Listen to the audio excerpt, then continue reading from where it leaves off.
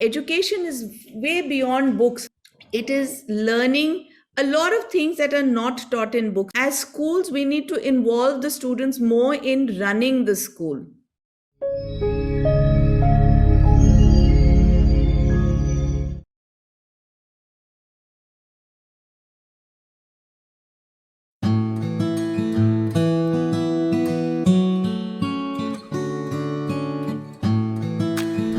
Hello and a very warm welcome to Great Principles. I am Seema Choria and I bring to you another celebrated figure from the world of Indian academia. The adult world always finds ways to teach the younger generation what they have learned through their personal experiences and knowledge gained.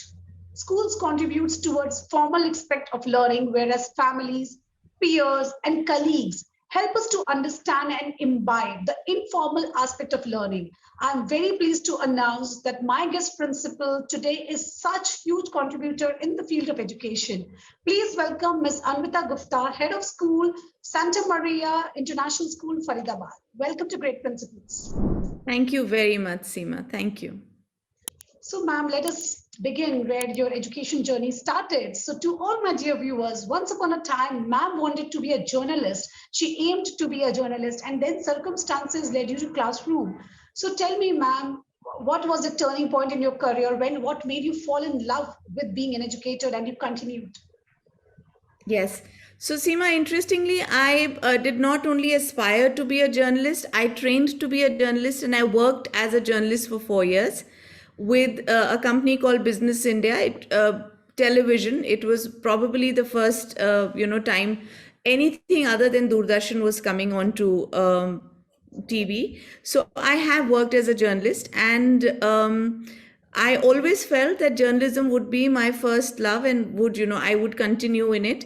But then I chanced upon education, and quite honestly, I did that because I had a little baby and I needed to look after the baby. And he went to school, and I found it really interesting to see the kind of interactions that were happening in school.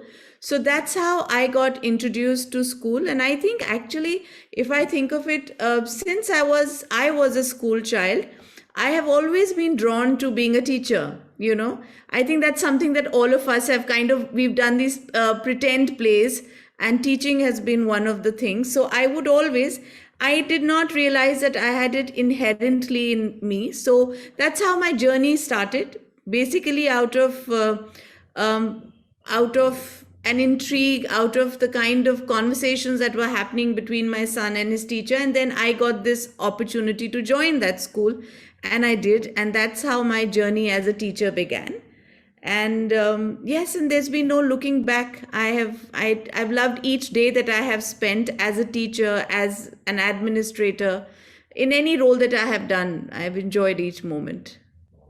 So, if I ask you, what is the best part of being an educator? What would be your answer? The best part, I think, of being an educator is to be able to work with children. And a lot of times we hear a lot of people say this, and we feel that it is quite cliche to, say that I love working with children. But actually, if you start working with children, you realize how refreshing it is. They're so innocent. And it's not only the younger ones I'm talking about, I'm also talking about the teenagers, the young adults. A lot of times, we find parents and other people saying, oh my God, they're not behaving properly, they're not going by the social norms.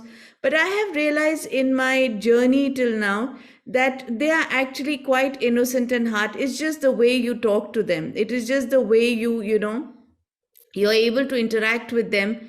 It just changes everything, and it's wonderful to work with students. So I think that's one of my, and also to see them learn and grow. Each time that they are successful, you feel so happy. I even feel happy when they're not successful, but then they learn from that and they give it another attempt, and they learn how to problem solve and how to move ahead, because each time that you do something, you don't get success in the first go. I think successful are those people who are able to try again and again till they find what they are looking for. So that is, I think, one of the high points of me being in this profession. I love seeing that. Absolutely, ma'am. And being near to children always keep you young and energized, and seeing them grow is altogether a different kind of contentment one can ever get. So Yes. wonderful to know this. Going ahead, ma'am, in our questions, 18 years in education industry, and that is certainly a long period. The on and off of school opening and mind numbing and all these things have happened in the past 2 years. So how has your team and you coped with pandemic challenges and yet maintained holistic learning? So yeah, that's I think a very pertinent question at this point where we are again living under the fear of another. It's already the outbreak has already happened. But yes, I would start by saying that it wasn't easy really. It hasn't been easy for us. It's been quite challenging in many ways, in more ways than one, because to start with, it suddenly hit us. All this suddenly happened. It didn't give us any time, any lead time to prepare. To cut the long story short, because everybody has been talking about it, we did find our feet pretty quickly in this, because we knew that our children needed us, and I think that was a huge motivation for us. We had to find the manner in which we keep children engaged in an online class, which is so different from an offline class. They are so distracted, they are all over the place. So we had to change all our plans. We had to quickly train the teachers. We had to ensure that our technology was up to date. We were using, whether we were using Google Classrooms or you use Microsoft Teams, whatever, and the Zoom and all of this. So we had to get that right. The first thing that we really did was that we got our curriculum in place, because that needed a lot of work, to rework on all of that. And then, but soon we realized that this pandemic is not going to go away soon. I mean, it wasn't something that's going to last for a couple of, days, weeks. I mean, it's lasted for 3 years now. We very quickly also got our co-curriculars in, because we knew that our children needed that kind of support. They were locked inside their houses. There was so much uncertainty. So we made sure that we did a lot of, one-on-one time with the teachers, a lot of doing art and craft, because that also kind of really teaches you music, dance, drama. We also did PE on, we threw up the challenges. The whole thing was just to keep the students engaged, learning, and to keep moving on despite this time that we were going through. So we have been able to put all this together. But I must say now, we've come to another stage of our learning process or our journey, where the children are not wanting to sit at home. So it's, we are going to be doing everything that we have to. But now in between they've come to school and they've tasted blood, if I may say. They've come to the playground and they've met each other, they've eaten together. So it's going to be a little more tough this time if we go into this space, for sure. Certainly, this has been a tough time for the entire education industry, and especially for the children. They had this emotional setback of not going to school, not meeting their friends. It's the school is not only about books and chalkboards. It's much Yes. more than that. A child emotionally develops there. So hopefully everything falls in place and we are able to find out the way of filling the gap and getting our children back to school soon with all the safety norms. So going ahead, ma'am, a little encouragement goes a long way for us. When we are motivated, when we are recognized, when we are given an applaud for our hard work, we look for it. So what have you felt happiest as an educator? As an educator, I think I feel extremely happy when I see the teachers learning, because as an administrator, I cannot possibly touch the lives of each student. So for me now, the thing is that I have to ensure that the teachers that are working in our team are the ones who are able to make that difference to the lives of the students. So I'm very happy when I see my teachers learning, growing, them making a difference in the life of the students. I love it when I'm walking down the corridors and I see something new happening that I don't know about as yet. So, innovations happening in school, which I'm not aware of. So I feel extremely happy with all this. I mean, every day there's something or the other that gives you happiness. There's something or the other that, disappoints you. There's something or the other that you need to plan ahead again.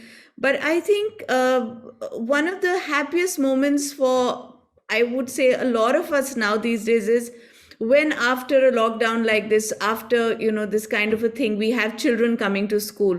So I always make it a point to go and stand outside and see them coming off the bus, and their happy faces and the excitement with which they wish you, that they are really pleased to be in school. Certainly, this, the excitement, the brightly lit eyes, that is something wonderful to watch, and that gives you so much happiness. And I really love the point where you mentioned that you really feel happy when you see your teacher upskilling, because an upskilled teacher can only teach children further. So that is what the true meaning to be an heading the institute. When you're heading an institute, that becomes your sole responsibility, that your team should grow constantly. So wonderful to know that that is what keeps you happy, and you're ensuring that your teachers are upskilling and growing in their career too. So wonderful, ma'am. Going ahead in a conversation, ma'am, we all need a person who is a strong support system, right? Someone who can just, we know that there is someone to hold our hands if we fall down or if we fall short. So who is your go-to person? Name that educationist you look forward for inspiration, advice, and support. So yes, I feel I'm very fortunate because I have a wonderful mentor. I have had the good fortune. A lot of times, mentors are people that you read about, and you kind of idolize them, and you want to walk the path they walked on. But I have worked with my mentor. She is Mrs. Paramjeet Narang, who is a very well-known name in the field of education. So when I joined my first, second school or third school, it was, yeah, third school that I stayed with for 15 years with, she was the principal, and I was able to work with her for many, many years. And she still remains my go-to person even today when I need some advice. And very interestingly, I have learned so much from her that even now, there are times when I laugh about it, that if I'm sitting and I've done something that is not something she would appreciate, I do get a pang in my heart that, oh, if she gets to know. So it's a wonderful feeling to have your mentor with you. She's of course retired now, and but I still connect with her, and I just expect her to have all the answers. Absolutely. And that is what keeps us going. We know if we fall short, there is someone to look forward to, and they will just do everything right. So wonderful to know this, that you have this go-to person in your life. Going ahead in our conversation, ma'am, this brings to me to the very, very interesting segment of the show, which is called Rapid Fire Round. Here you have to answer in one word or a statement. All right. So here goes the first question. You spend your recreational time indulging in activities like? Watching movies. A movie buff. All right. So which is your favorite movie? I have a lot of okay, one word answer. My favorite movie, I have a lot of them, I'm sorry. So I can't really pinpoint on any. It just depends on what, I'm watching. A lot of Netflix actually these days. So latest movie you watched? I watch series. So I am watching a series now. I'm watching Dynasty. All right, wonderful. Tell us about a funny or a weird incident in your life. Funny incident in my life. Okay, or a weird one. All right. So I think I'll tell you one of my most embarrassing incidences, which is the one that I can think of. When my son was very little, we were at a hotel, and he needed to go somewhere, and I was walking with him, and there was this very, very happy Bharat that was, over there. And I don't know, maybe there was something there, and I slipped and I fell right in front of the Bharat, and everybody just stopped and they were looking at me. So I think that was by far the most embarrassing time that I have experienced. All right. So these incidents we remember all our life, and it certainly brings a smile back on our face. All right. Here goes the next question. Which is your favorite story?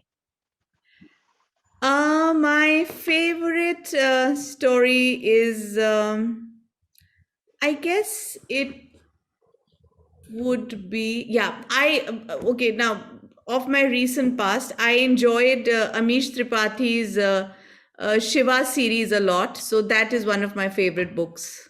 Uh, Maluha. Maluha. All right. Yeah. So reading to you is Sitting curled up on a comfortable sofa and reading a Paulo Coelho. That's my favorite author. all right. Wonderful. Your favorite play activity with your family and friends is Lazy Sunday afternoons, just chatting and just doing nothing. all right. So the favorite thing is to just do nothing and just sit and chit chat and relax. Now, which Wonderful. is not very many times that you can do, but yes, That's truly a luxury these days, finding yes. out this time. And Wonderful. also being with each other. I mean, you're always masked up in everything. Certainly. So it was very interesting and fun to know you in this segment. Now we've come to the last question of the show, which is called Viewers' Choice Question. My viewers keep sending me loads of questions. This one I have picked for you. They say that our education system prepares the children only academically. It is knowledgeable that's half useful when it comes to facing real life scenarios.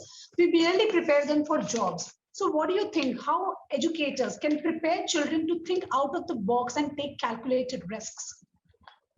Yeah, that's a very interesting question, very relevant in today's time. So I understand that the education doesn't really give us the skills, but I have been fortunate to always be in international education. I've always been a part of international baccalaureate and which is IB and Cambridge, and the boards definitely prepare the students for out of the box thinking, conflict resolution, and all of that. I understand. So that's inbuilt in this whole, in their whole curriculum. These skills are inbuilt. But having said that, that's one part of it. I think we need to, as schools, we need to involve the students more in running the school, because that is the time where the children are going to understand how organizations work, how things work, how they don't work, what are the many things that are behind taking a small decision. How do you look at a larger picture? How do you get to work with each other in a bigger group? A lot of times we find people who are very good working individually, पर whenever they need to work in a group, जब उनको एक दूसरे के साथ काम करना पड़ता है तो उनको there are a lot of disputes or disagreements. And the catch in today's time is to how do you work as a team. Collaboration is definitely a skill that is needed for each job. So I feel that we should, whether it's a part of our books or not, education is way beyond books, like you said a while ago. It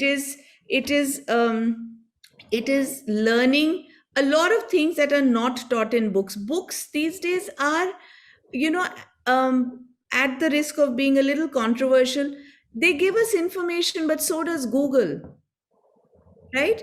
But how do you use that information? So I like to involve the children in a lot of things. For example, one of the things that the schools do is a student council. Everybody does it. लेकिन उसके साथ में हम उनको food committee में डाल सकते हैं, उनको पॉलिसी मेकिंग में डाल सकते हैं. And all these things, they'll take more ownership for it. They will get to know how things work.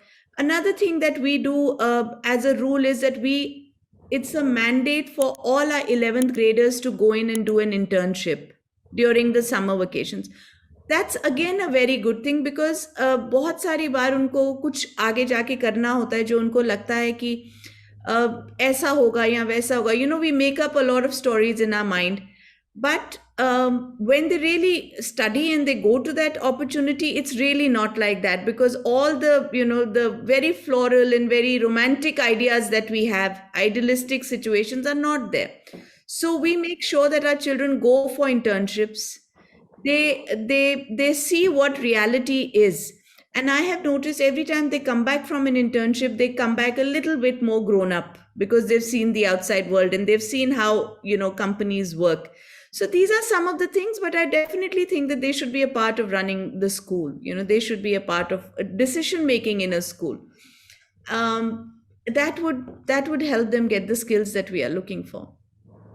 Wonderful thought, something very different we never heard about till now on the show, that make the children part of running the school, get them in the administration mode, and let them learn to practical. Let the learning begin from this skill of being an entrepreneur start from school level itself. So Yeah. a beautiful, wonderful thought, and I'm sure this is what is needed. So, ma'am, thank you so much for bringing us beautiful, brilliant ideas and thoughts to ponder. And now I can think upon that, yes, with educators like you, our children need not be fixed into the box. They have their wings to fly, and they will soar high in the sky. So wonderful. It was great to interact with you. I thoroughly enjoyed the conversation. So many insights we got. Thank you so much for your time with us. Thank you very much, Seema. It was wonderful to be on this show. Great.